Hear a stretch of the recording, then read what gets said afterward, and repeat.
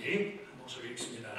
여호와의 말씀이 또 내게 임하여 이르시되 인자야 내가 내 눈에 기뻐하는 것을 한번 쳐서 빼앗으리니 너는 슬퍼하거나 울거나 눈물을 흘리거나 하지 말며 죽은 자들을 위하여 슬퍼하지 말고 조용히 탄식하며 수건으로 머리를 동이고 발에 신을 신고 입술을 가리지 말고 사람이 조상집에서 먹는 음식물을 먹지 말라 하신지라. 내가 아침에 백성에게 말하였더니 저녁에 내 아내가 죽었으므로 아침에 내가 받은 명령대로 행하매 백성이 내게 이르되 네가 행하는 이 일이 우리와 무슨 상관이 있는지 너는 우리에게 말하지 아니하겠느냐 하므로 내가 그들에게 대답하기를 여호와의 말씀이 내게 임하여 이르시되 너는 이스라엘 족속에게 이르기를 주 여호와의 말씀에 내 성소는 너희 세력의 영광이요 너희 눈의 기쁨이요 너희 마음의 아낌이 되거니와 내가 더럽힐 것이며 너희의 버려둔 자녀를 칼에 엎드러지게 할지라. 너희가 에스겔이 행한 바와 같이 행하여 입술을 가리지 아니하며 사람의 음식물을 먹지 아니하며 수건으로 머리를 동인 채 발에 신을 지내로 두고 슬퍼하지도 아니하며 울지도 아니하되 죄악 중에 비방하여 피차 바라보고 간직하리라. 이같이 에스겔이 너희에게 표징이 되리니 그가 행한 대로 너희가 다 행할지라. 이 일이 이루어지면 내가 주 여호와인 줄 너희가 알리라 하라 하셨느니라. 인자야 내가 그 힘과 그 즐거워하는 영광과 그 눈이 기뻐하는 것과 그 마음이 간절하게 생각하는 자녀를 데려가는 날 곧 그 날에 보피한 자가 내게 나와서 내 귀에 그 일을 들려주지 아니하겠느냐. 그 날에 너희 입이 열려서 보피한 자에게 말하고 다시는 잠잠하지 아니하리라. 이같이 너는 그들에게 표징이 되고 그들은 내가 여호와인 줄 아니라. 아멘. 찬양대 찬양하겠습니다.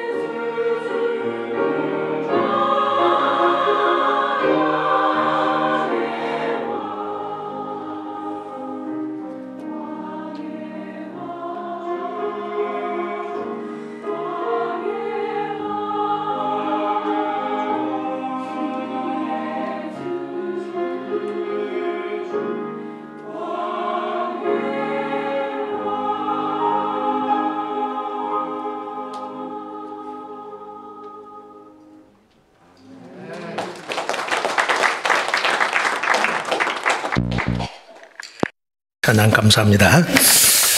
우리 한 달에 한 번씩 아이들하고 연합 예배를 드리는데 아무리 조정을 해도 시간이 길어져요. 조금 불편하시더라도 그래야 또 우리 아이들이 예배 드리는 법을 배우니까 조금 한 달에 한 번씩 예배 시간이 길어져서 조금 좀 불편하더라도 아이들 교육을 위해서 인내하시고 여러분들이 잘 대해 주셨으면 좋겠습니다. 우리 같이 읽은 말씀을 가지고 슬퍼하거나 울거나 눈물을 흘리거나 하지 말라. 슬퍼하거나 울거나 눈물을 흘리거나 하지 말며 라는 그런 제목으로 바벨론 왕 그 느부갓네살에 의한 유다 예루살렘 성의 함락에 관한 예언, 그 예언을 전하도록 부름받은 선지자 에스겔은요, 자신의 아내의 갑작스러운 죽음과 함께 그 소식을 전해야 했어요. 유다 예루살렘 성이 우리가 잘 아는 것처럼 이스라엘 백성의 주인이신 여호와 하나님이 그 가운데 거하시면서 지상 만민에게 당신의 이름을 전파하기 위해서 세운 도성이고 도시예요. 그런데 그 성에 거하던 유다 백성들이 죄악이 너무도 가중해서 하나님이 더 이상 그곳을 자신의 거처로 삼을 수가 없게 됐어요. 당신 자신의 이름의 영예를 지키고 또 범죄한 유다 백성의 진정한 회개를 촉구하기 위해서 하나님이 그 성을 허물기로 작정을 하셨어요. 그것이 바벨론이 기원전 6세기 말에 유다 땅을 침공한 이유예요. 여호와 하나님 편에 그런 아픈 마음, 하나님의 그런 아픈 마음을 전달하기 위해서 그 메시지의 전달자인 에스겔 자신이 배우자의 죽음이라는 가장 큰 절망의 시면을 경험하게 된다는 말씀이에요. 실제로 심리학자들이 조사를 했어요. 사람이 경험할 수 있는 제일 스트레스 지수가 높은 일 중에 하나가 배우자와의 이별이래. 제일 스트레스 지수가 그때예요. 네. 사람마다 진리를 가르치고 진리를 전하는 것이 왜 어려운가?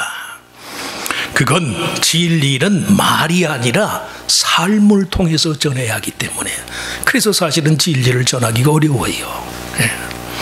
에스겔서와 같은 이 구약의 포로기의 예언서를 바벨론 유배객들과 유다의 남은 백성들 사이에 이념 논쟁의 산물처럼 간주하는 그런 사람들은 예루살렘 성의 함락을 마치 유다 땅에 남아있는 사람 그들만의 불행인 것처럼 여겨요. 포로객들의 입장에서 유다 땅에 남은 자들의 죄값에 대한 하나님 편의 당연한 보응이다, 뭐 이렇게까지 말하는 사람도 있어요. 그런데 사실은 그 반대예요. 반대. 유다의 남은 자가 됐건 바빌론의 유배 생활을 위해서 끌려간 자가 됐건 모든 이 땅에 살아남은 자들의 책임과 의무를 일깨우기 위함이라는 말씀이에요. 유다 땅의 남은 자들의 입장에서도 바벨론 포로객들의 처지를 대하는 태도도 마찬가지예요.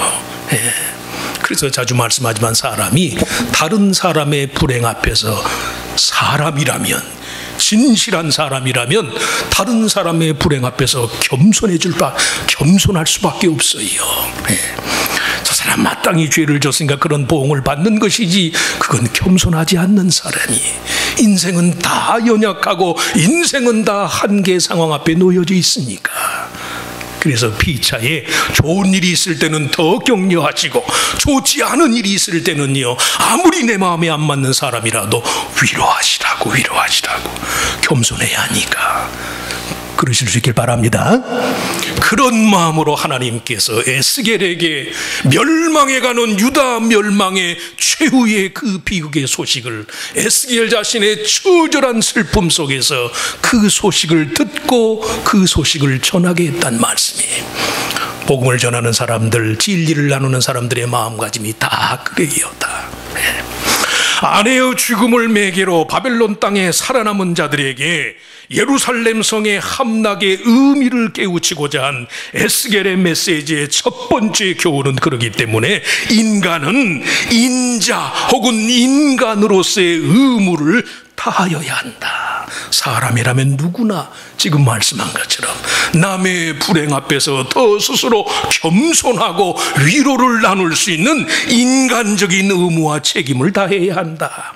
오늘 본문을 포함해서 에스겔서 전반에 걸쳐서요, 에스겔 선지자에 대한 일관된 칭호가 인자, 사람의 아들. 예수님도 공간복음서에 보면 인자, 스스로를 가리켜서 인자라고 불러요. 인자. 히브리 말로 인자란 말 그대로 사람의 아들 혹은 먼지에 속한 자, 인간이라는 아담이라는 말이 먼지라는 뜻이라고 그랬어요.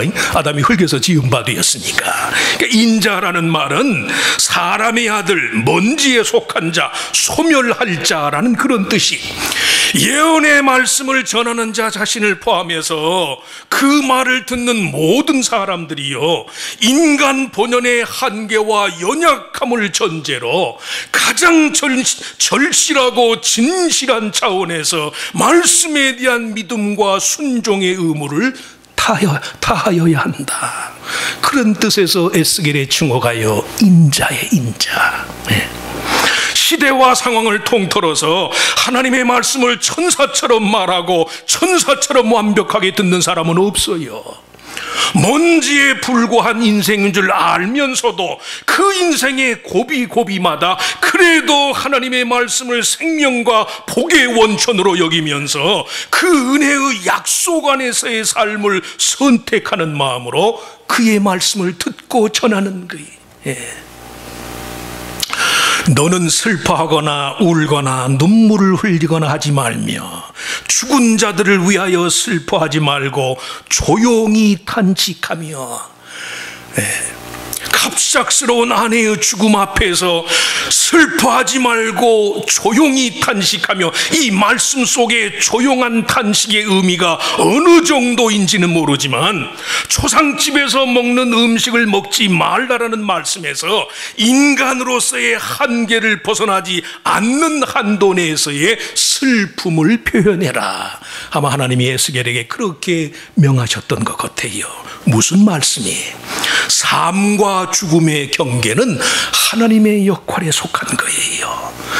저나 여러분이나 인간은 다만 그 경계 안에서의 의무와 책임을 다할 뿐이,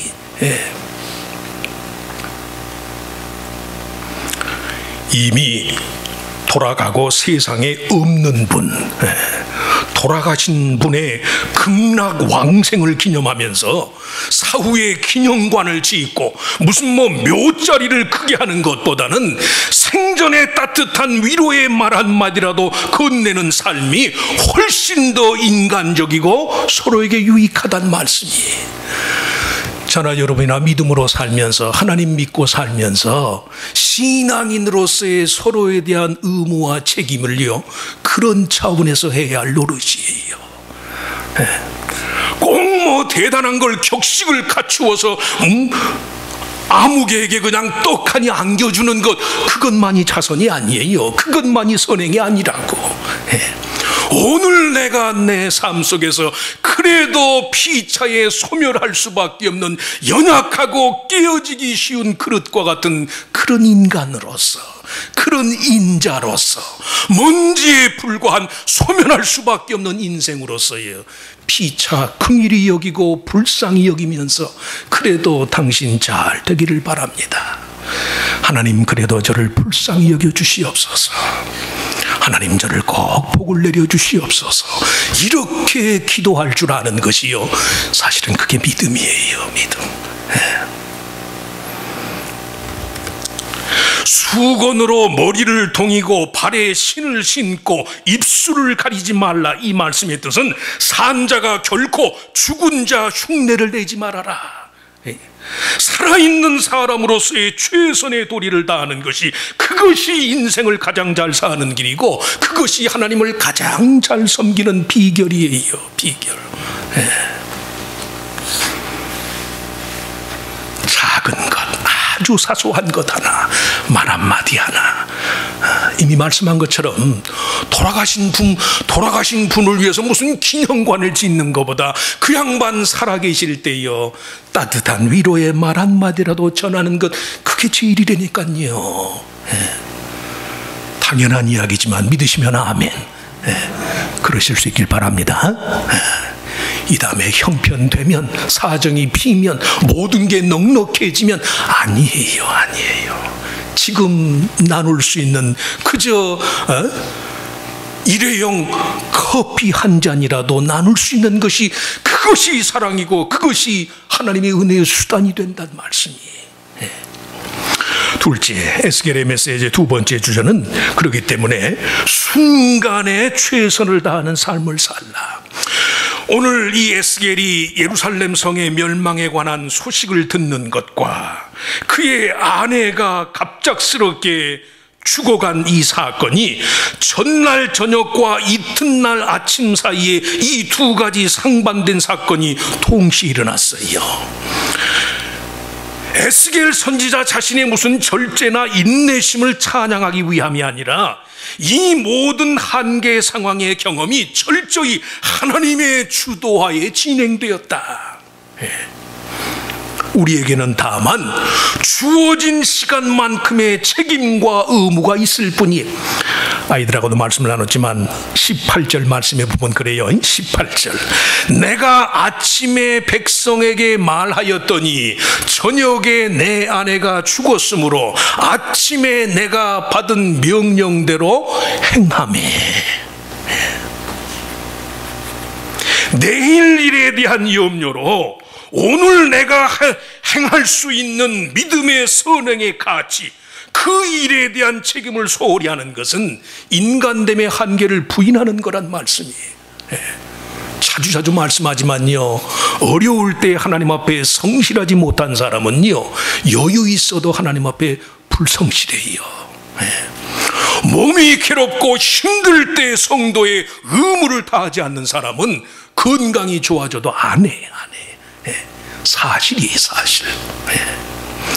바벨론 유배객의 일원으로서 아무래도 그들의 입장을 두둔하는 관점으로 예언 활동을 한 에스겔의 메시지에는 예루살렘 성의 몰락 가능성을 전혀 고려치 않던 성전 지상주의자들을 꾸짖는 그런 말씀이 많이 나와요.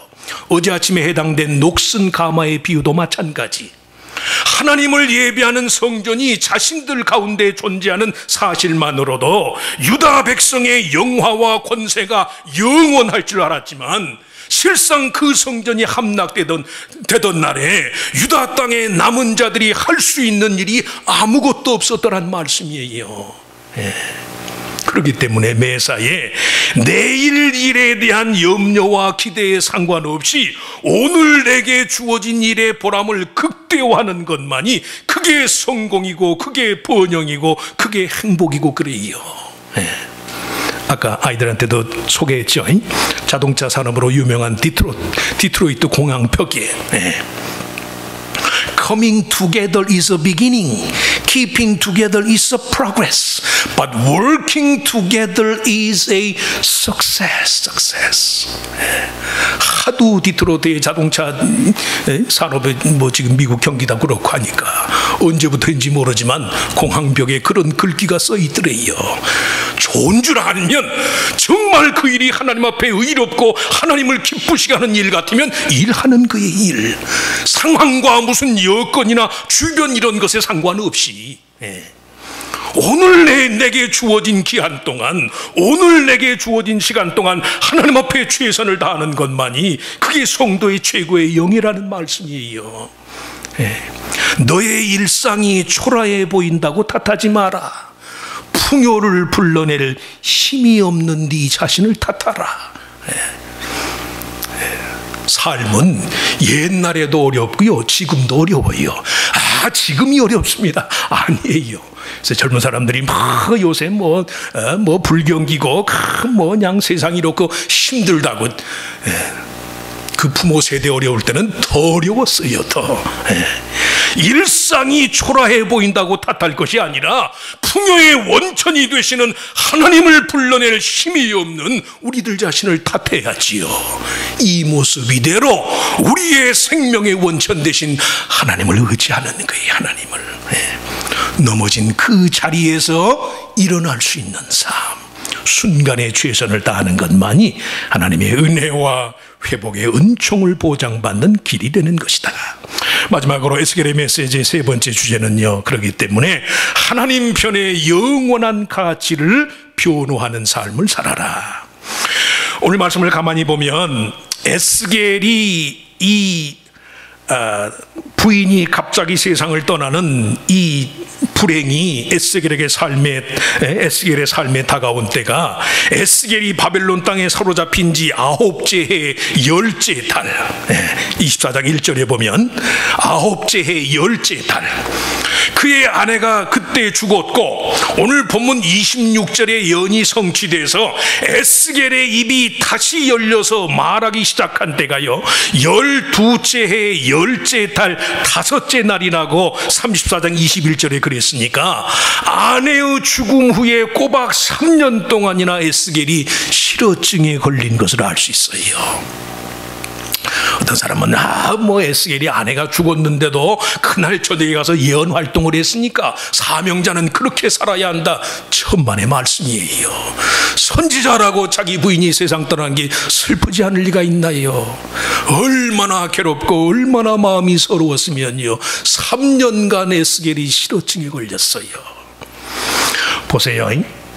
아내의 죽음 후 꼬박 3년 동안이나 실어증에 걸린 채 벙어리로 지내야만 했는데 사실은 그때가 에스겔 자신의 개인 사정을 포함해서 유다 민족의 패망 등 선지자가 하고 싶었던 말이 제일 많던 시기가 그때이. 그런데 하나님은 그 모든 세월 동안 선지자의 입을 3년씩이나 침묵하도록 하셨단 말씀이, 그 하나님의 의도가 무엇일까?